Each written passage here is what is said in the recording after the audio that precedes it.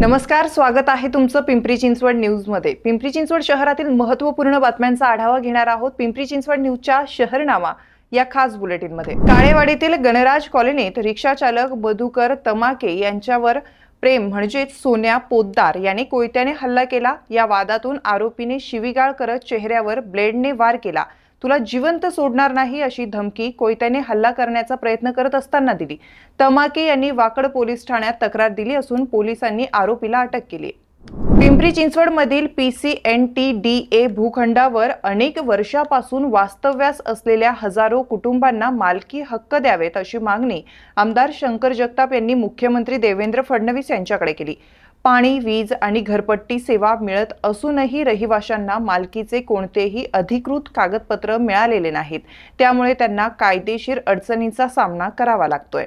निगडी ते आकुर्डी दरम्यान मेट्रो प्रकल्पामुळे मुंबई-पुणे महामार्गावर मोठे खड्डे निर्माण झाले आहे। पावसामुळे हे खड्डे दिसत नसून वाहन चालकांचा अपघाताचा धोका वाढलाय। याबाबत महापालिका आणि आयुक्त शेखर सिंह दुर्लक्ष करत असल्याचा आरोप भाजप शहर चिटणीस सचिन काळभोर यांनी केलाय।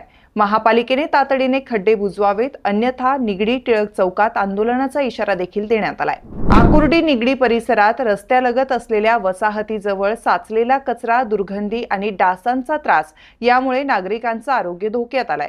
महापालिकेच्या स्वच्छता योजनांचा फारसा प्रभाव दिसून येत नसून वेळेवर कचरा न उचलल्याने सांडपाणी आणि नाल्यात कचरा जमा होतोय।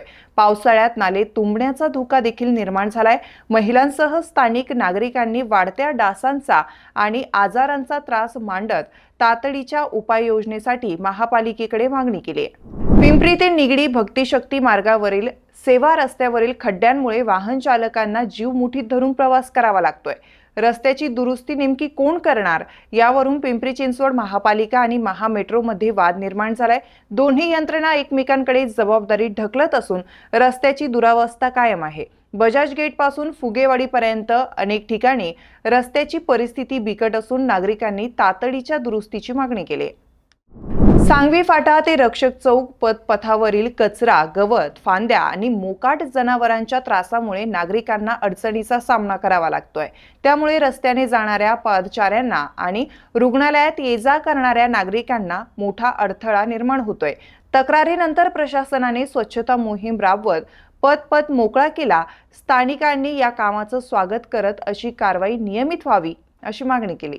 पिंपरी चिंचवड महापालिकेच्या शाळांमध्ये विद्यार्थ्यांचं इंग्रजी संभाषण कौशल्य वाढवण्यासाठी सुरू करण्यात आलेला स्पोकन इंग्लिश उपक्रम सध्या पूर्णपणे ठप्प झाल्याचं समोर आलंय। 2022 मध्ये या उपक्रमाची घोषणा करताना सरकारने 128 शाळांमध्ये इंग्रजी शिक्षक नेमण्याचं, संगणक लॅब आणि डिजिटल शिक्षणाचं मोठं स्वप्न दाखवलं होतं। सुरुवातीला सुमारे 45,000 विद्यार्थ्यांनी या उपक्रमात सहभाग नोंदवला होता, पण सध्या या योजना थांबवलेल्या असून वर्गच बंद झाल्याचं दिसतंय।